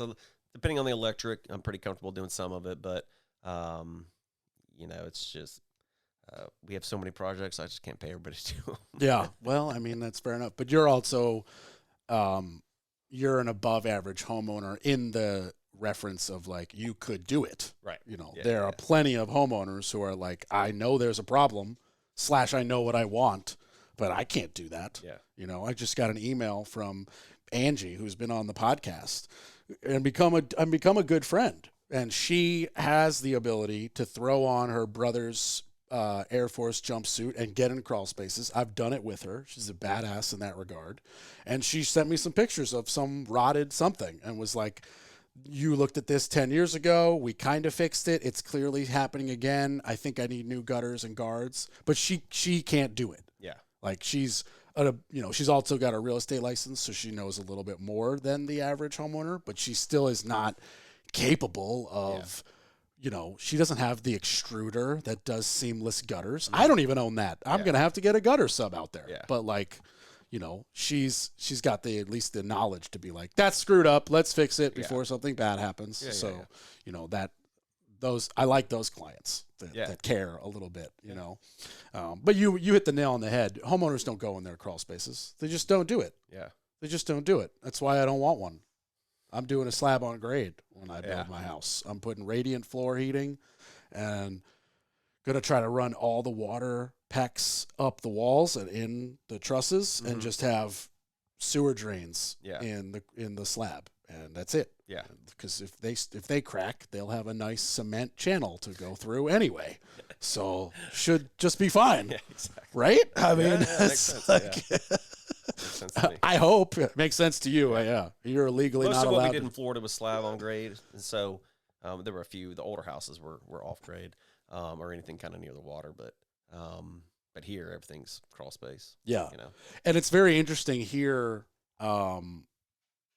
People are still questioning the encapsulated crawl space, which I don't understand how you could question it. Yeah. It's so much smarter. So much smarter, yeah. It does. My parents are one of those people who they're building a house as we speak, and they had a chance. They were doing the cement block and all that, and I was like, take the vents out. I was like, just take those out, put a block. They were like, no, we need vents. I was like, I'm telling you, you do not want vents in your crawl space. Yeah. And they were like, oh, we're so glad you told us. And then they didn't change it. And I even had my HVAC guy, who's their HVAC guy. I was like, you should tell them. He was like, oh, I told them. I was like, I totally told them. And I was like, what? They're not doing it? They're like, no, they want them. And I was like, you told them. And he was like, yeah, I told them. I was like, okay. So I was like, you have a license? I have a license. They don't. We told them. They don't want to change it. I can't. I can lead the horse to water. Yeah, exactly. Like, okay. I was like, I don't understand why. But, I just like they're very old. So there's an old school mentality, I guess. Mm-hmm. I'm pretty confident that the code's going to change. What's required? I think so. Yeah. I think it's going to morph. Because if you think about, it's not even really more stuff. It's not even really more work. Like instead of insulating the floor joists underneath the floor you're walking on, you take that insulation out of the floor joist and you put it along the concrete cinder block wall on the inside. And it's like, so it's the same insulation and it's still the same plastic vapor barrier. And it's basically the same HVAC. Yep. You just, because the system, you don't need that much more of a system because it's like the system has to fight all year round the floor air from the crawl space air. They're fighting against that thermal break, that barrier of unconditioned, moist, humid air, especially here in Florida, a lot of humidity. Yeah. And that fight requires more power than if you're conditioning your couple feet of crawl space and the only fight is against the ground, which stays at a relatively stable temperature. Yeah. So it's like when you think about it, it's really just the way to go. Yeah. If you can do it from the beginning, if you're building, trying to retrofit may be a little bit more difficult, but yeah, Well, that's definitely the way to go. Is it though? Well, Retrofitting would require what? Physically pulling insulation out mm-hmm.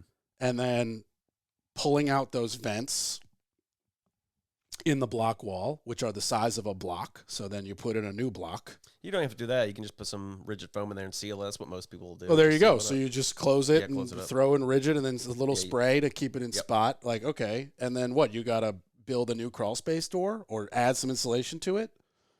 Yeah. Like that's, I mean, am I missing something? I'm actually asking. Like, No, am I missing something? Yeah, it's just a few extra steps, as far as that, and fighting other things that are already in there, whether it's, debris or whatever the case may be, because they kind of rough in and they prep some of those, that stem wall for that if they know they're going to do an encapsulated crawl space kind of at the beginning. So it just makes it a little easier to start from the beginning, but oh no, let me clarify. Yeah. Infinitely easier to Yeah. start from the beginning. I just was commenting on when you said retrofitting might be a little bit just harder. having to put on the insulation, then having the HVAC guy come back and install a couple of air vents throughout the crawl space, that kind of stuff. It's not a huge deal for sure, but it's also not cheap to do. I mean, so that's another thing. It's not cheap to do the retrofit. It's cheap to do if you're doing it from the get-go. beginning. It's actually, one could argue it's the same money. Oh, really? Okay. Yeah, because the like slight extra you would pay for insulation, you save on HVAC. Yeah. If you're doing everything new, let's I got you. clarify Yeah, that that makes again sense. for listeners. Like if you're building something from the ground up, guess what? You have to do insulation and you have to do an HVAC system. Yeah. So you could pay less for insulation and more for HVAC, or pay less for HVAC and more for insulation. So it's really the same amount of money when you put them together, either direction you go. But spray foam has more pluses. There are people who argue against spray foam for sure. But I really like spray foam. It adds rigidity to your home. It really takes away air gaps that have been missed. And the R value is infinitely higher. And if your HVAC system is struggling less, it will last longer. So in theory, you could get a longer life out of the same HVAC components. Yeah, I mean, I would argue against anybody who thought that bat insulation, fiberglass insulation was better than spray foam. I mean, we went from a 1,500 square foot house to a 3,200 square foot house, and we had spray foam in the 3,200, and our electric bill was cut in half. There you go. I mean, it's insane. Yeah. How energy efficient that is. Yeah. And plus you have a walk-in attic that's conditioned.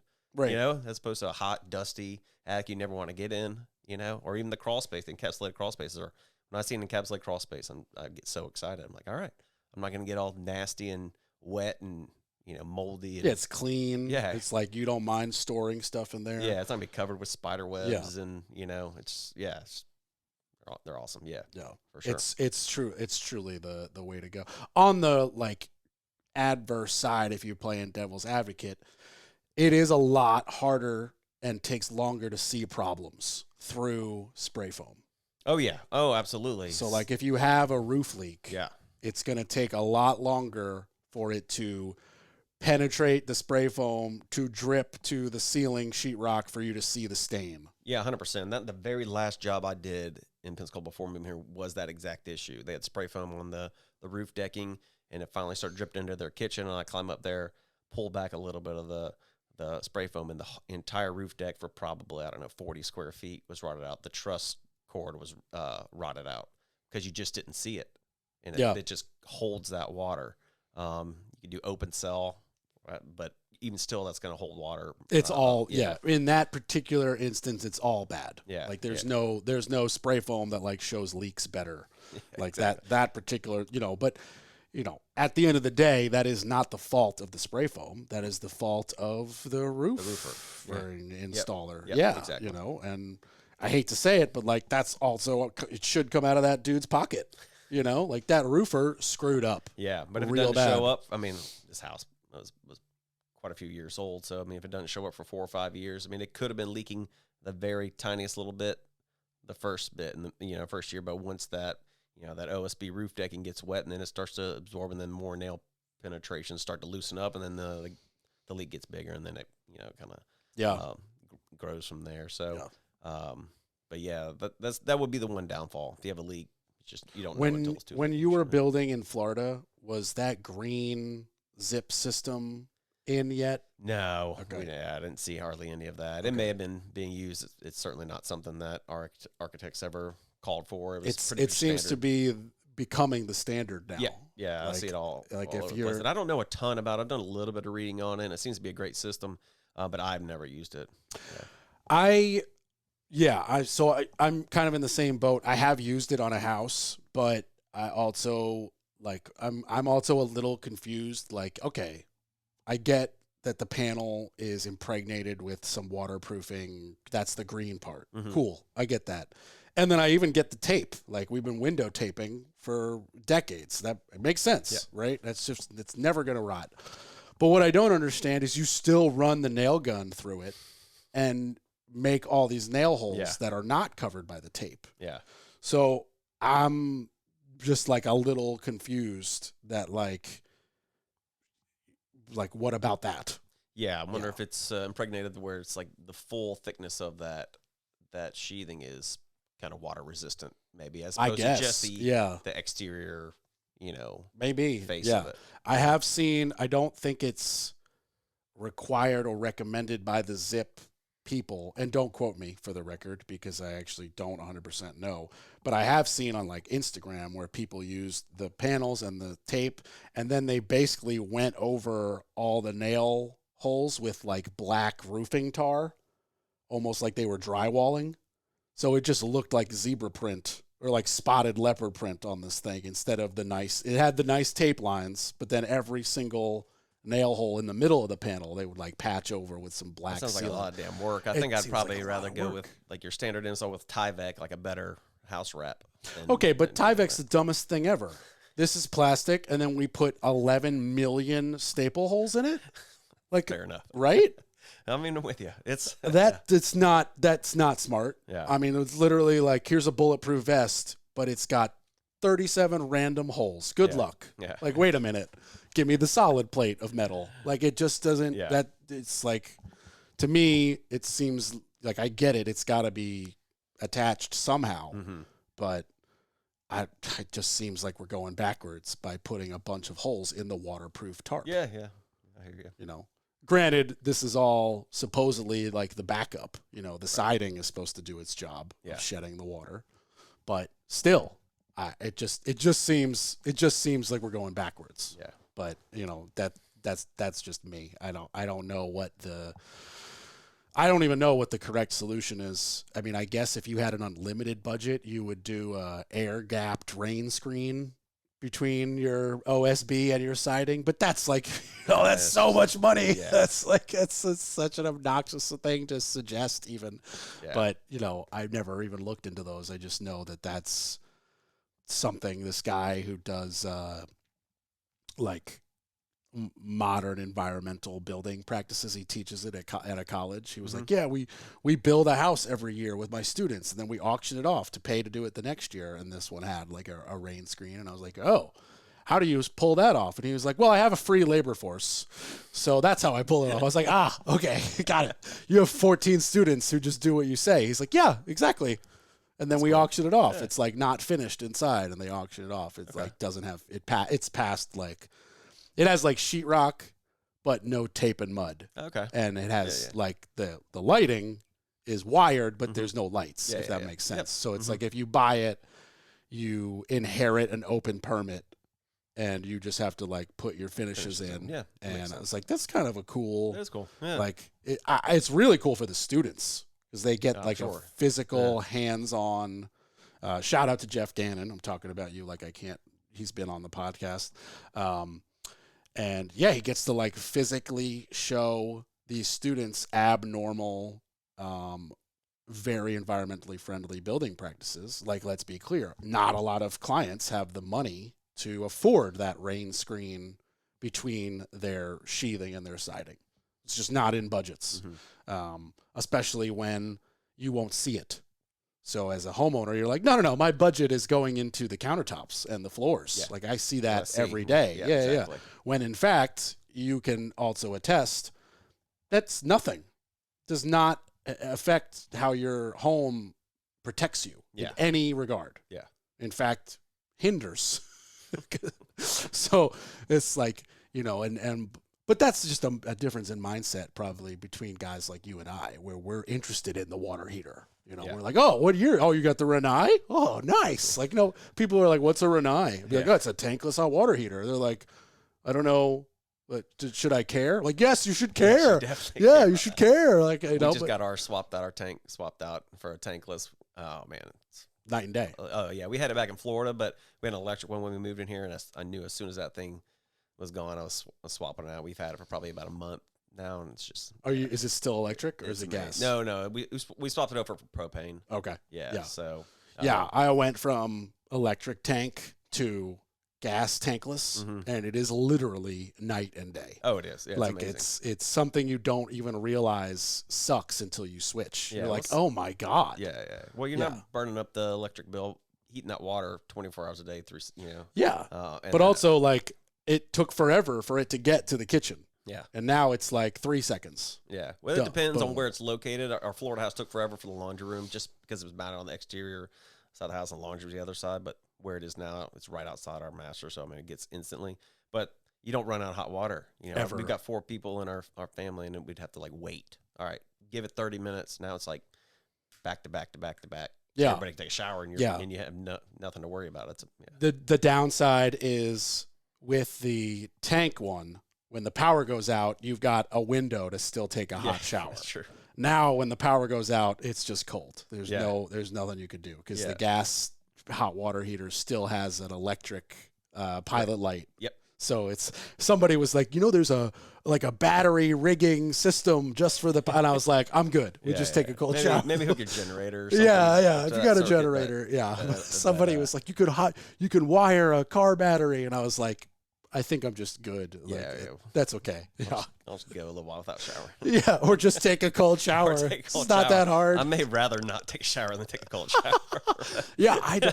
There's something about cold showers. They're kind of therapeutic. They are, no lie. I mean, sometimes I'll start it warm and then kind of slowly, bring it down. But I have gotten into the habit sometimes where it's like, okay, we're taking a nice luxurious hot shower. We're rinsed off. We're ready to get out. Put it on as ice as it will get and just do as much as I can stand. And I'm like, this is terrible. Why did I? But I'm going to feel really better. Good for you. Yeah. I mean, it's supposed to be I built really, a cold really plunge. No, I know it's good for me. Yeah. I do that every morning, but that's different. That's 3 minutes of torture versus like, I don't know why I do it. No, I know why I do it. It helps me. But anyway, this was awesome. I really appreciate you coming by. Other than regularly hiring you for inspections, what kind of advice could you give to, those new novice young homeowners with regards to some maintenance? Just keep it up. Just don't let it fall behind. If you can, take a peek in your attic every once in a while, look for any signs of any leaks. Just, you don't have to crawl through the crawl space. Open the door up. Is it really wet in there? Maybe do some more investigating. Is it really dry? You may be okay. If you're comfortable crawling through and just pulling back some insulation to look at, drain lines, showers, toilets are notorious for leaking. Just routinely check out your house. And it could literally be that simple of just like follow the plumbing. Yeah. It's going to go parallel and then it's going to turn and go up. Yep. Where it goes up, pull the insulation back. Side. If there's a drip or everything's black, call somebody. Yeah. Call somebody in the plumbing department, most likely, and at least get the toilet pulled up or some further investigation, because there should be no drips and there should be no black. Black is mold or rot or both. Routinely maintain it. Maintain your HVACs. Have a service contract. They come that, especially if you have an outdoor combo pack unit. I've seen so many of those that just get so moldy and mildew from the humidity and the moisture outside. Just keep your maintenance up in your house. I mean, with those exterior units, make sure that your lawn person really doesn't sleep on weed whacking around it. Yeah. You want that airflow really, really good. My lawn guy does 8 inches of like weed killer all the way around it on purpose. Yep, So absolutely. it's like Gotta a have dead that airflow, it's like a for dead sure. ring, but it's just like you never have to worry about it. And Yeah. it's just you don't want to worry about that. It's a stupid thing to worry about. Yeah. And yeah, the mold thing is big. I mean, if you open a crawl space door, you can smell Yes, you can smell very, it. very quickly. Yep. You know, they never smell good, but you really shouldn't have the like, oh, I know that's mold. Yeah. Like it's coming from somewhere. Yeah. Yeah. Exactly. For me, I mean, I do this every day, and I walked into my crawl space all the time, and I was like, where is this tiny bit of water coming from? Same with me. I'm like, where did this water come from? Like, that's how I found out my water heater was leaking. I'm like, we had plastic down, and it was leaking from the bottom of the water heater. I just happened to see a little bit of water come out of a seam on the vapor barrier. And I'm like, where is that coming from? And I kind of traced it back, and I could see a little teeny bit of water on the soil right where opening was, right by the water heater. I'm like, all right, this thing's ready to go. I'm ready for my tankless. Yeah. I was Dude, excited to see it. I was, pulling back insulation. Like, where's the leak? Mhm. Right? Couldn't find it. Nothing black, nothing leaking. And I finally had my plumber come out here, and I was like, hey, man, come into the crawl space with me. And he was like, it's right above this. And he does what I did already. He's like, I don't see a problem. Mm-hmm. And he's like, but it's your toilet. So you might only be getting the leak upon flushing. Yeah. And I was like, oh, well, obviously I'm not seeing it Yeah. because I'm the one doing the flushing. So he's like, okay, let's just pull it. Let's just take a look. Luckily my plumber is not like some dude from Roto-Rooter that's like, well, to pull the toilet is $375, even if we don't find it. He's like, let's just pull it. Yeah. I was like, cool. Luckily my tub's right next to, we just put it right in the tub. And he's like, yeah, look, you can see this black stuff. And I was like, what is that? And he's like, that is like it's either sewage or just the water, but it's getting hung up on this lip. And it basically, the flange was like put in a little crooked by me when I redid my tile floor. And because it was put in a little crooked, it pressed, because it wasn't like locked into the subfloor enough, it like pressed down on the pipe it connected to, and it looked like somebody took the pipe and just squeezed it in. It had 2 cracks on the side. Yeah. And he was like, it's coming through those cracks. It's exactly what's going on. So he was like, this is an easy fix. We're going to chop it underneath, put in a connection, stub up really high, put in a new flange. We need a bag of quick drying cement so that we can actually like have it be in something solid, and we just throw your toilet back in with a new wax ring. And I was like, oh, okay, cool. But it was just like one of those things where it was like the tiniest little crack, only leaking upon a flush. So, you go into the crawl space and it like had just rained, so you think it's maybe a rain thing, and I start walking the perimeter like, where's it coming from? Like, it just, but if you don't, if I didn't take your advice, which is keep at it till you like, don't just assume it fixed itself. Yeah. Nothing fixes itself. Right. You have to fix it. Yeah.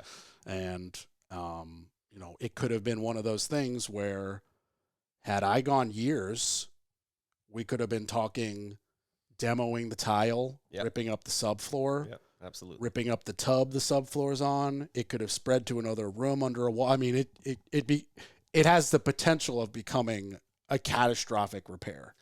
The house I did, I think I'm not sure if they contacted you. I gave them your information. That's what it was. It was a leak at the toilet that they had never looked at, and the entire bathroom has to be gutted now. The floor system was completely black. Yeah, somebody did contact me. Yeah. I gave them a this will cost kind of like X amount. Without me getting out there. Yeah. And they were like, cool, we're going to go fight at closing, and then we're probably going to call you when we close. Yeah. And I was like, well, let me know. Yeah. And it was all just because they just didn't have somebody go in the crawl space. Yeah. And that was probably something that happened for years. I mean, I wasn't been doing it for a few weeks type of thing, but that's why I recommend just hire a home inspector, get in the crawl space at least once a year if you can, just to take a look. Yeah, for me, I'm slightly fortunate. My whole house water filter system needs to be looked at every 2 years, and it's in the crawl space. Yeah. So I have like an excuse no matter what. I got to go change that filter so I can be like, oh, let's take a quick look with a flashlight. Yeah. Like, oh, still terrible, but nothing's wrong. Okay, got it. Let's get out of here. New filter. Gone. Yeah. But, that's, I kind of did that by design, actually, because they were like, we could put it in the garage. And I was like, no, I'm in there all the time. Let's throw it in the crawl space because, one, there's room, and two, that gives me an excuse to get in there. Yeah. You know, my new house that I'm designing has no crawl space, as I mentioned, so it's going to have a utility room this big, so that will just be where I've got, you know, every 6 months, let's just check everything. Yeah.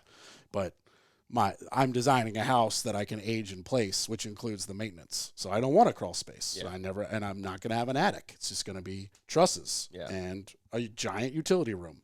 So it's just like maintenance gets very easy. Yeah. Check the roof, which will be metal. Check the siding, which will be metal. Check the windows, that'll be vinyl. And check the utility room. Yeah. Nothing's leaking. Cool.